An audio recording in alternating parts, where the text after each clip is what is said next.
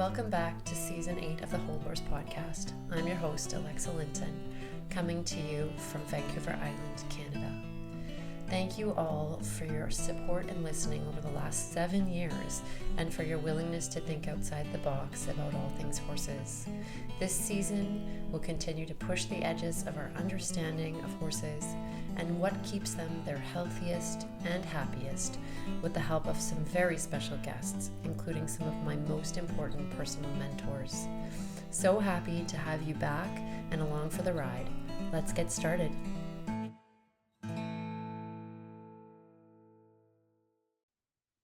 Hi, everyone, and welcome back. We're here for the Whole Horse Podcast, and I'm very excited about this season in terms of some of the pieces that I'm bringing in and some of the threads. And one of those is to have a mentorship series, because I would not be who I am and where I am and doing the work that I do without some very, very key people in my world teaching me and just modeling for me, different ways of being, different ways of thinking. And so one of those is someone that I've wanted to have on the podcast for a long time. And that is my mentor, Carmen Spagnola. And I have always had a little slip up with her last name, so I'm really working at it here. And Carmen has been, I want to say, I was thinking back and I was like, it's probably been 12 or 13 years, Carmen, that we've been in similar communities and working together. And here and now, I want to just say a deep thank you for the ways that you've impacted me in my life. It's so mutual. I'm so excited to be here. I'm also very excited to listen to the series because I, as a new horse person, as one who is returning to this lifelong dream, I'm definitely the feeling is mutual, that you have helped me, you've helped me and my child, as you know, we worked with you and Raven and Diva with therapeutic interventions. I don't love the word intervention, but like therapeutic support for my autistic, anxious kid, my kid who identifies as gay and anxious, B. And so, this is a huge honor to be in this seat, considering you've been such an important influence in my horsemanship journey. And I am so excited for you to be welcoming the equines back into your world in a stewardship manner. And can you share a little bit about, I mean, this is a much grander topic, but for you, what the relationship with horses is for you? Because I know it's extremely meaningful and ancestral. I'm already crying, Alexa. I don't think I've had enough of my estrogen today to be able to do this. No, it's such a profoundly meaningful and important relationship that I have missed. So I'm the first generation in my family to not have horses. And so you can go back through the it's like just this last generation, like my uncles were my aunties, they all had horses. My great uncles did like senior professional rodeo, right? Like the wrinkle rodeo. He was like doing stuff until he was like late 70s. So my ancestors are horse people from Scotland, from the Highlands. My great-great-grandfather raised, bred, trained Highland ponies. I just get this very visceral sense of longing and yearning, and just like couldn't even really approach a horse without crying for much of my life. I feel that. So I knew that this felt like an ancestral betrayal to me. Like that's how intense it is. Like I started to just feel more and more shame as an adult, that I was like, oh, this is an ancestral relationship that I'm not tending. And so, having equine assisted therapy for my child, like that was nice. I've done a lot of things to try to, as a city dweller who's, working class, it was never part of my life to be able to be in horse stewardship, but I've done things like trained as a backcountry Mm-hmm. outfitter guide, pack horses and things like that. I've trained as a natural barefoot trimming. For my kids' grad present, we went riding in the backcountry Yeah. for a week with my rancher friends. So I have recently come into relationship. I purchased a horse, a wildie that was gathered Mm-hmm. up from the BC Alberta border, I don't know, over 10 years ago, and who's been well trained, has been doing like kiddie rides and things like that. And they did that thing where they're like, and you can have his sickly friend for free, which of course is not free.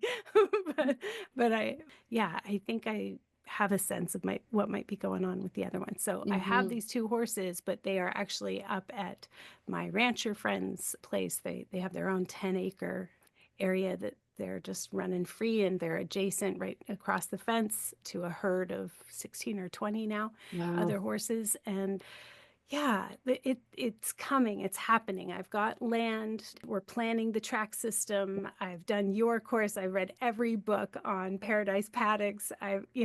We are into it. The whole fam is like, yes, we're having horses, even though my husband's like, horses are scary. And I'm like, I don't think they are. I think they're just large. But anyway, Yeah. yeah, it's a very important relationship. And I'm turning 50 this year, and I just sort of had this sense that if I turn 50 and I let this ancestral devotional relationship lapse, I will just never Yeah. forgive myself. I won't be able to die feeling like I lived the entirety of the life I want to live. This is Yeah. like the last piece, you know?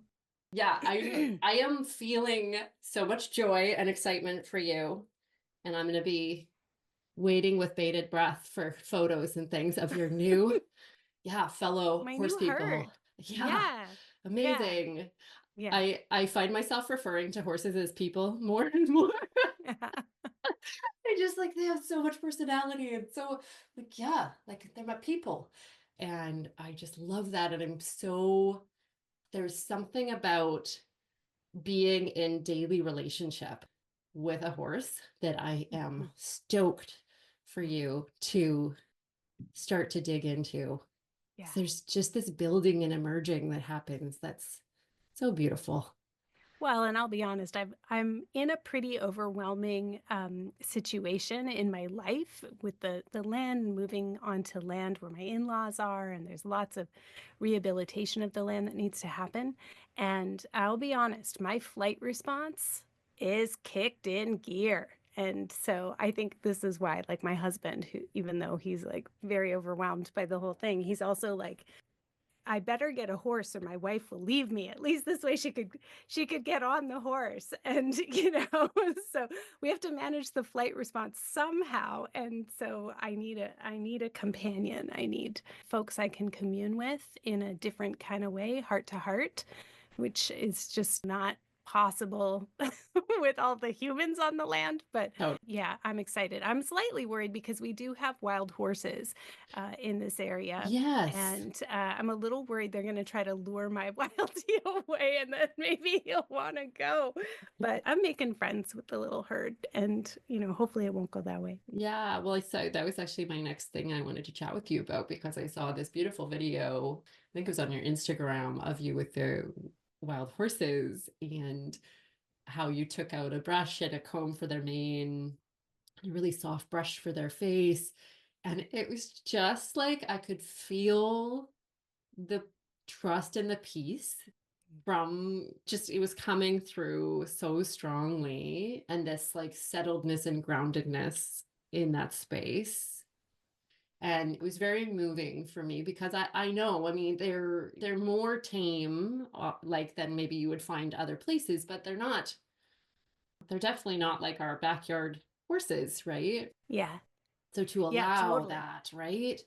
Oh yeah, Mm, I've like tried to give them treats and they're like, "Why would I want your treats, completely. woman? Like, why would I want your treats, lady? I have the entire God's green earth here. I've bunch grass. I don't need your dumb, cool crunch cubes or whatever." No offense to them. I'm sure that's a great brand. But anyway, they don't want it. They're Mm, just like, "Who are you? What are you about?" And if you seek to know me, are you trustworthy? mhm. And so, yeah, I've always got my eyes peeled for the wild horses, and when they come through, I've definitely learned who's who. And Yeah, I've definitely been like, okay, this one is the guard. He's friendly and curious, but he's there making sure that the yearlings don't get too close to me. The foals don't, because they're more curious. If the yeah, big ones come to me, the little ones want to come, and the big ones are like, nope. And I have to do a lot of backing off, and just what's the amount of space, with the lead stallion, just all that stuff. It's been interesting actually, because the neighbors around here, who are all accustomed to this herd and kind of comes through seasonally, I've said, oh yeah, I'm excited about the wild horses. And many of them are like a little less excited because you can have wild horses through your garden or through, like they'll crawl over stuff that they're not supposed to be. Like my father-in-law had wood stacked against the house one year, and then the snow came, and it was so deep that when the wild horses came through, they climbed up the wood pile up onto the roof of the house. Like, so there are people who are like, no, I'm wow, not a huge fan of the wild horses because wow, they will go wherever. But it's just like anything. It's like keeping deer out. completely. But when I've said, oh, I've been able to give them scratches and stuff, they've been a little kind of like, oh, really? So definitely this herd is accustomed to people stopping and getting out of their cars. Mhm. They are looking for, like, hey, have you got an apple? Uh, but yeah, the thing where I'm like, hey, do you want me to groom you? Because I Mm, have some stuff, and if you want me to groom you, I will. And yeah, the way, at least that one Palomino that is sort of the guard guy, he'll come up and say, yeah, I kind of would. I want you to be sweet with me. It's please be hard up sweet with here. me. Yeah, be Yeah. sweet with me. I Can you kind of just like that too. take these little birds out of my forelock, please? Yeah, Yeah. exactly. Oh, it's so sweet. Oh gosh. Yeah. So on that note, one of the things that I've learned through you is around attachment theory and how that intertwines with something I've learned through you called contact nutrition. Mhm. So a sense of building attunement, building trust and resonance. And I would love you to share a little bit about, for the listeners that may not know what that means, what that is. Like, I'm seeing that in the video because I am Mhm. aware of your teachings and who you are and how you kind of are in relational space. Mhm. But what is it that you're kind of doing in those moments that might come from that contact nutrition toolbox for you? Mm. Mm. Oh, thanks for asking. Yeah. So, contact nutrition is the building blocks of secure attachment. So, if we were to take secure attachment as a theory, as a philosophy, and distill it down into one sentence, we could say secure attachment is the ability to feel in your own body, but also engender in someone else's body a sense of being safe, seen, secure, and soothed.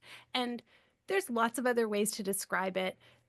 I like that sort of turn of phrase, safe, seen, secure, and soothed, because they each have very distinct and precise meanings. But essentially, once you kind of get through attachment theory of like, what is safeness? What does it mean to feel secure, etc., the question is always like, okay, that sounds great, but like, how do I do that? Is it with more words? Is it communication? It's actually not with words. Words actually tend to escalate situations and create more distance between us unless we have that attunement, that resonance. And so the way we build that resonance between ourselves and other mammals, human and otherwise, is contact nutrition.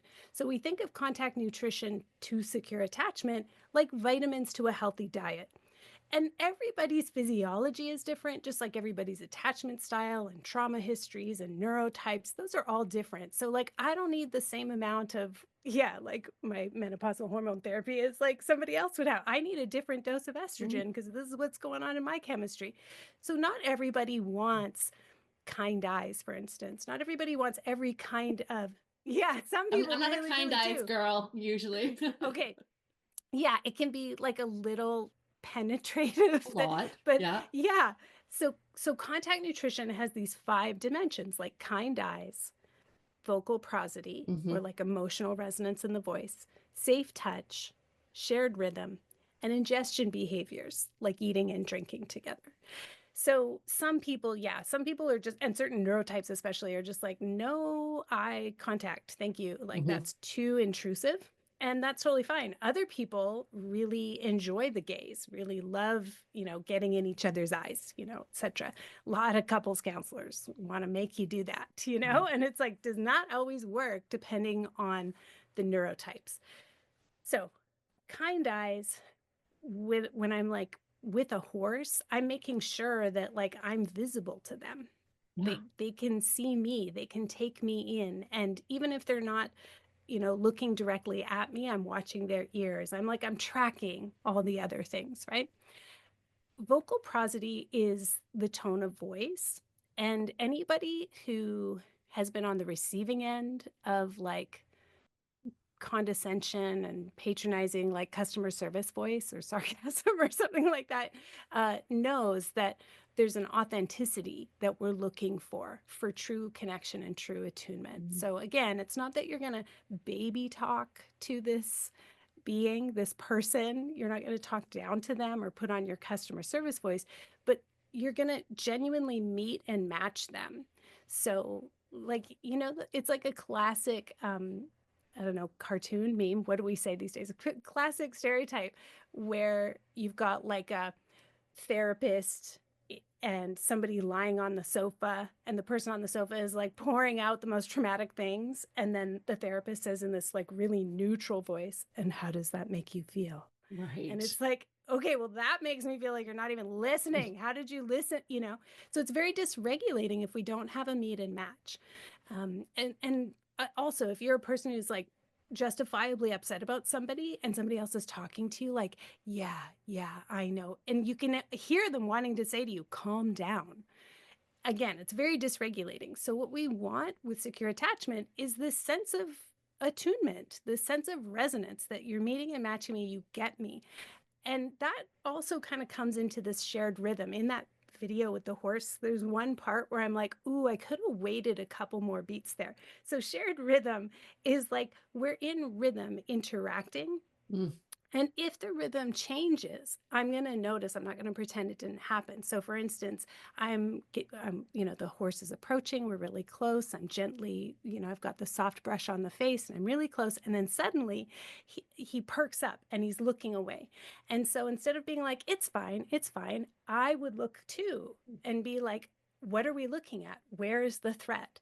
Yeah. I'm going to track the threat too, so that if it was nothing, it was just a car going by, or it was just a raven with a piece of garbage or something like that, if it was just nothing, I'm going to wait until you are satisfied that it's Yeah. it's nothing to be concerned, and then we're going to come back into this. I'm not going to rush you into minimizing or diminishing your response. So shared rhythm is like, yeah, I'm tracking that we're going to slow down, or we're going to go faster. If you've ever been in conversation with somebody who like never asks you a single question, then you know what it's like when you don't have shared rhythm, and you're kind of like, do I exist? Mm-hmm. Am I in the fifth sense or whatever? Like, am I dead? Like, this person, we've been talking for half an hour, they haven't asked me a single thing. So that lack of shared rhythm gets you out of attunement and gets you out of trust. So there's that like nice back and forth curiosity with humans, and also I would say with any other animal. Things like comings and goings, like having a ritual or a routine or a fairly consistent, if not time, certainly like life is hectic. We might not have the same time of day of doing everything, but we have a a consistency around how we enter space with each other, how we enter the barn, how we, whatever. And goings too. It's like we stop tasking and we pay attention and we say like, hi, nice to see you, or good morning, mornings and bedtimes, comings and goings, meal times. These are all opportunities to come into shared rhythm where we know we're going to down tool, stop with our agenda, stop tasking, and just attune. And then safe touch. Safe touch is very consensual. Of course, you've taught me so much about like liberty work and doing this work with horses. I mean, certainly with the wild ones, they're going to come up and be curious. They're going to want to like, mouth your car to see if there's any, like I have so many horse teeth on my car because of the winter salt still stuck on it. And so, of course they're going to want to come up and touch and be mouthy and be curious. But in order to do it safely, that you now get to touch them, it's going to be like gentle pressure and very consensual. Do you want it? Indicate to me that you want it, and I am happy to oblige. So that's the same thing with humans, right? And even if we're getting a no touching thanks, which again, as a woman shaped by patriarchy, it's like, no, thank you. Like, I don't need somebody putting a hand on me without me expressly requesting it. Had enough of that in my life, thanks. Like I totally get the bubble of no around a person, but ways that we can present safe touch even without touching is like we touch ourselves. We put our own hands in a clasp or, at our belly to like really ground ourselves in the belly. We put our own hand on our chest to breathe a little, or, we hug ourselves, or we come into like a little bit of rocking a rhythm with ourselves to signal that, yeah, we're in a safe container here. And like, these are the edges. And this is where I can feel the edge of your no. And I'm going to come off the edge of your no and give you space because I can receive your no. So like, where does our energy even touch? Can we get in resonance with that? And then the last thing is ingestion behaviors. So, eating and drinking, it's like if you're getting all the other forms of contact nutrition too, then eating and drinking leads to digestion and elimination that works smoothly, right? But if there's a ton of stress and tension or coercion around food, drink, etc., or any kind of like resource scarcity, then of course there's going to be a heightened tension throughout the body, and that does make digestion difficult. It does make elimination difficult.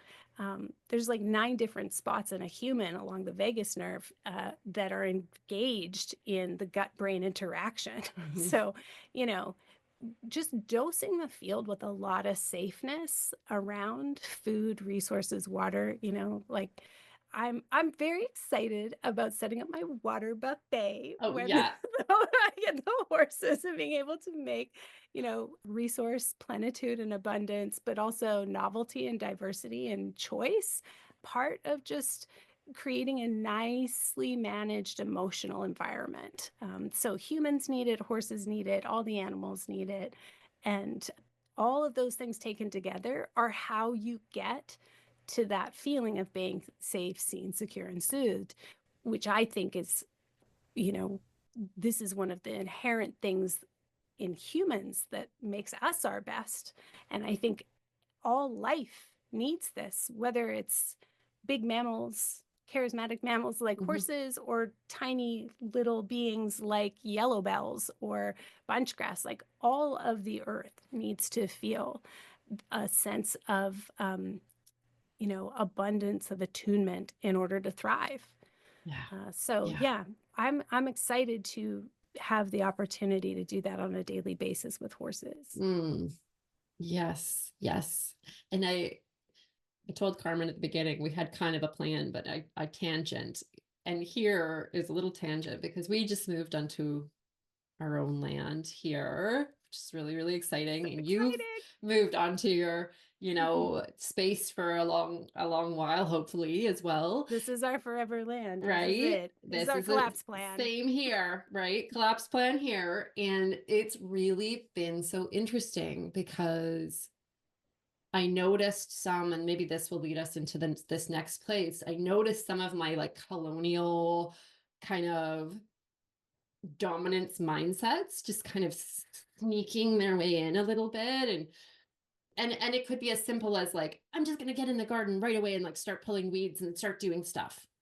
And then I'm watching like these bumblebees being like, girl, this is my spot. Like, or, a frog being like, dude, like, why are you stepping on this spot? Like, there was just this sense of, oh, I'm doing this thing I think is right. And yet it's not right for the land at this time in this moment. And that kind of sitting back on my heels and going, okay, like oftentimes the attunement, because I'm a little bit of a hummingbird personality, I'm busy.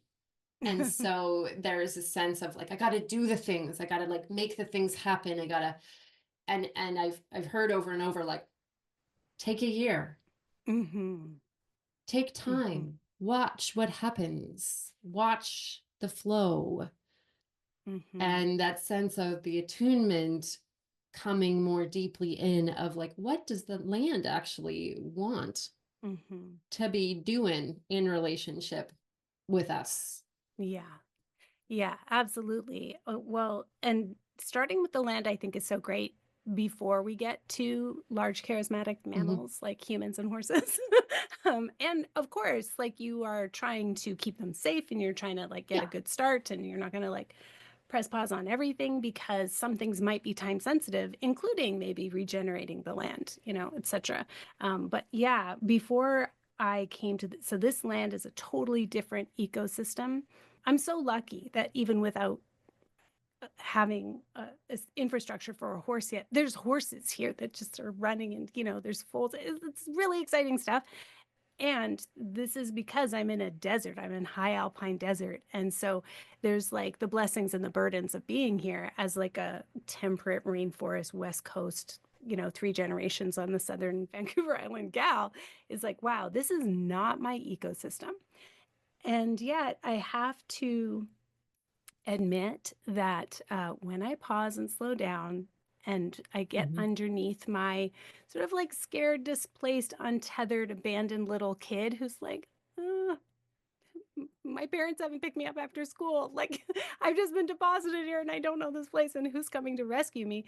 When I get underneath that, I do have to admit that when I tune into the land, this land itself is doing its best to welcome me. And every time I have a sad day, it's like, oh, look, the sandhill cranes are overhead, or like, oh, the coyotes are yipping tonight. And so if we proceed as though we're in a participatory universe, if we proceed from that animistic lens that I think most people who are horsey people, especially if they're doing like liberty work and natural, it's like if you've started going down that path, you're an animist, right? You even if you don't know it, the idea that the ensoulment of all beings is kind of inherent or intuitive, instinctual for you. And so if we proceed as though everything is ensouled, everything has an awareness, not like a brain and a nervous system like I would have, but that the rock is aware that it's been moved and it's going to have to adjust now to its very, it moves on a time scale that is imperceptible to humans and across generations, but rocks are always moving.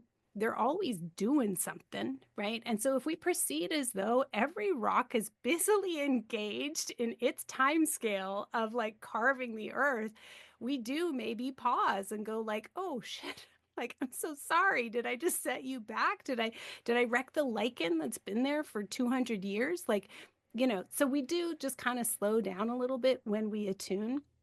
And I have found that when I do that, like the particular piece of land I'm on has experienced quite a lot of trauma, colonial trauma, patriarchal trauma, just a lot of trauma. And we are here with the intention to shift to regenerative agriculture for sure. But even just starting with like cleanup, making sure like old buckets and plant pots and plastics, landscape fabric, all that stuff is getting like, it's not poisoning the land anymore. When I tune into the land is like an abused person with very low self-esteem who's like, oh, like, I wish I looked better for you, but thank you kind of thing. Mm, That really softens my heart. And mm-hmm, instead of looking around with a critical lens of like, oh, how can we make this nicer? How can we make this better? Like through the lens of critique and kind of harsh brush off contempt for like, wow, this place has been like, it's been treated poorly, or it hasn't been, used or optimized, or it's not nice. It's like, oh no, this land is hurting. This land has been like really neglected. And if I proceed as though it's inherently beautiful, mm-hmm, that's going to change the ecosystem and the ecology here. That's going to change the sense of meaningfulness and reverence and sacredness of the relationships. And I do think that, again, all life wants to thrive and wants to like fully actualize itself in its beingness. Like, I'm Carmen and I want to express the full range of my Carmenness in the same way that the arrowleaf balsam root or Okanagan wildflower sunflower wants to express its most Okanagan sunflowerness. It doesn't want to be like a Western giganteous Titan or any of those sunflowers. It's its own sunflower. And same thing, with our equines. Like, they want to express the fullness of mm-hmm. who they are. But if we don't really see them and sense them, then that feeling of not getting gotten is going to change the ecology of our relationship and the places where we are. That's my belief. Mm, mm. Yes, I love that. And there was so many nuggets in there for myself and those listening around just, yeah, how do we stay in relationship with our land, the land that we're on, or that's chosen us, and with because I really felt, and you may have felt that too, like this land really felt like it chose us. Like Mm. the process that we've just gone through, and I will talk about it in the podcast someday soon, was Mm. nothing short of miraculous. Mm. Nothing short of miraculous that we landed here. I still every day go, what the actual? Like, it's been a month and a bit, and I still every day I'm like, are you kidding me? Like, this is Yeah. this is. So I do firmly believe that that is the case, that, as with our horses, I have had this experience over and over and over again with horses, the choosing. So with the land, and yeah, so this is, I just love having you share through the way that you do, because I think the lens that you bring, Carmen, has helped me so, so much to understand. It's like your voice is one of those ones where I'm like, I'm thinking on something, I'm not quite there, haven't quite grasped it. And then Carmen says something, and I'm like, oh, yeah, that's it. That's it. That's the thing. Oh, that's cool. And Thank you. I love that. There was one thing that you said, and I'm going to say it today because you've said it a few times and it's helped me so much. And it's that phrase, I am not prey. Mm. Yeah, yeah. I use that a lot with working with the freeze Yeah. response. And, the freeze response, it's so insidious, man, right? Like, Ooh, you think that you're doing jeez. something and you realize after the fact that you're like, oh, that was functional freeze. There's many different forms of freeze. And I think, especially for people who are like pretty type A or who are like real go-getters, yeah, and who like self-regulate through tasking, we think that we are, because we're in so much motion, we could be like a little whirling dervish there, but actually we can be in a functional freeze. And it's not until we get other signals of like, oh, poor digestion, IBS, skin conditions, gut brain interaction stuff, that we realize, oh, I'm just like really cut off from the whole like lower part of my body, but basically cut off from my gut brain. The dorsal break, meaning the freeze response, it's just so intense that we go until we like collapse, literally physically collapse. Mm-hmm. Yeah, so burnout, exhaustion, things like that are really common. And so one of the like main tools to come out of a freeze response, which kind of requires us to recognize like, oh, I'm overwhelmed right now. I'm overwhelmed with tasks, or I'm overwhelmed with emotion, or I'm overwhelmed, I'm just like numbing out. It could be I've been at the computer for 10 hours, or I've been scrolling for 3 hours. There's lots of different ways it could show up. I've been working for 15 hours today, whatever it is, lots of different ways it can show up. But the thing that we can do is literally put down whatever in our hands and just stand up. Just literally like put down what's in your hands and stand up. So we come out of that parasympathetic dorsal brake, that freeze response. We stand up and we walk forward, looking forward. And we just say to ourselves, I am not prey. I am not prey. And that one exercise, Alexa, if I have post-its that just say stand up, because it's so hard to remember to do something so simple. Like I'm like bang, bang, bang. Like I'm like the cat meme, bang, bang, bang on my keyboard, typing away. And then if I could just remember, I just need to stand up, and that like whatever is I am not prey is connected to often comes to you like, oh, I'm working so hard because I am financially insecure right now, or I am tasking so hard because I am stressed and I need to bring order to my environment, or I am scrolling so much because I I I don't want to think by myself. I can't. I don't have access to my prefrontal cortex. I don't have any executive functioning. All I can do is kind of hope that what I'm consuming makes me feel less alone. I mean, there's Mm-hmm. all different ways that it can show up, but if we can just stand up and signal to the self, I am not prey, that's like the number one most effective somatic exercise I think people can do. And in terms of like trying to create that environment with horses, it's like you're just trying to presence for them over and over and over. You are not prey. I'm not Yeah. consuming you as my plaything. I'm not exploiting you as the one who's just going to do what I say to do. Like, you are not prey. I'm not consuming you. I'm not pursuing you when you're clearly signaling to me you don't want that. That's the kind of vibe I'm going for. you know, I'm I hope I've done this before, but I hope in the future to do it less and less. But I don't want to be the type of person who steals a ride. Yeah. Oh gosh, that hits me big Yeah. time. It's like, yeah, that gets me. Yeah, And there's grief, right? ooh, It's that like, is oh grief. man, that's not the kind of person I want to be. And I didn't know better. I didn't know. And I love them. I love them. I love them so much. And I want it, But Well, if I want to give them that feeling, if I am not prey, I have to not be predatory. yeah. And it's when we think of writing, I mean, I've talked about this in other spaces as well, but this sense of it's so potentially violating. Yeah. Yeah. I mean, that's the reality of it.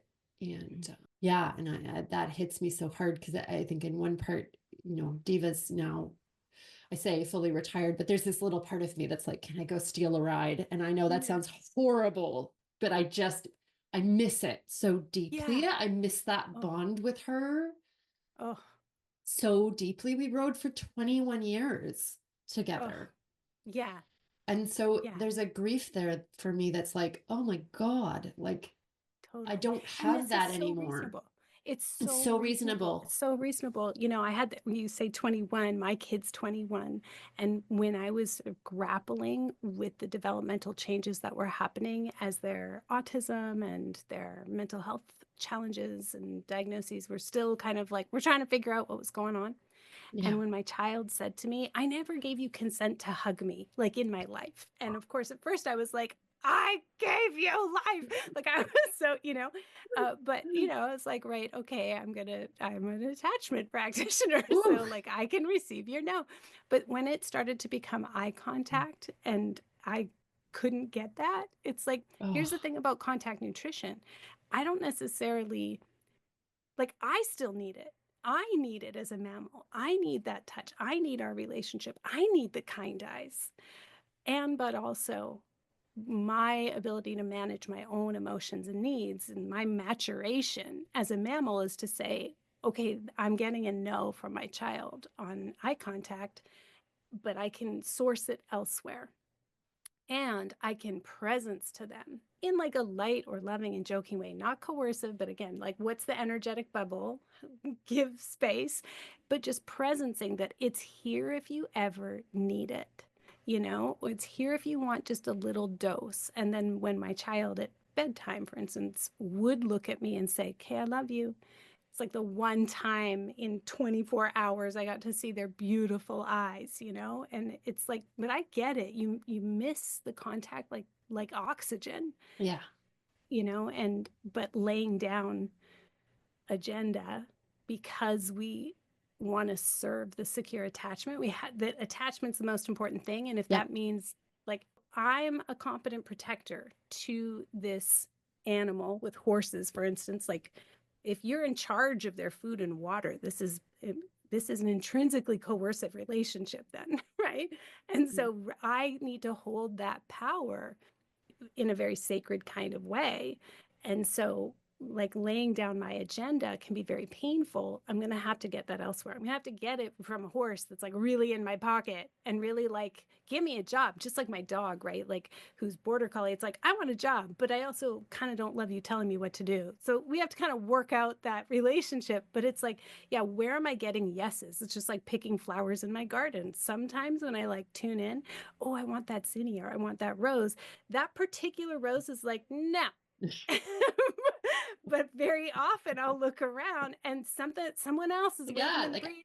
I would Pick love to me. come sit on your counter Exactly. and be beautiful, right? Exactly, Hmm. right? And so, yeah, it's Yeah. I don't think of this as like a blanket philosophy that riding on the backs of others, though I, you know, again, okay, I'm totally getting tangential, but I do think about supremacy culture, the roots of it, whether it's white supremacy, colonialism, patriarchy. I do wonder if the roots of it are when we harnessed horses, you know, and we decided to ride on the backs of others. It was like, and now, like you were going to work for me. And it's like, oh man, there is something very ancient in that. And, but also I see the flip side of it, the ancient relationship, and that some people just got to be free. And some people take a lot of fulfillment and personal satisfaction out of working, you know. And I think horses are Absolutely. kind of the same way. I think some horses love being trail horses. I've seen it. They're like, yeah, let's go, come on, I want to get up there, I love going uphill. And other horses not so much, you know. Yeah. I've seen it. Actually, it's so interesting with Gwenna entering our herd. And Gwenna's like 40 inches tall and she's like the cutest, cutest.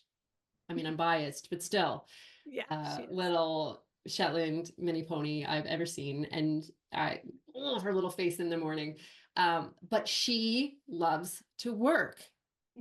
She will literally come and stand and be like, okay, what Yeah. are we doing? What What are are we we doing doing? today, Mom? Yeah. I need a task. Can you put me to a task for a little Yeah. while? Yeah. And it's like something in her goes like, I have a little, I have a little to give here. I got a little Yes. something I need to do, prove. Yeah. Yeah. And it's so interesting to have her in my world and see that contrast. Mm. And Diva was that for a long time. And now she's very retired.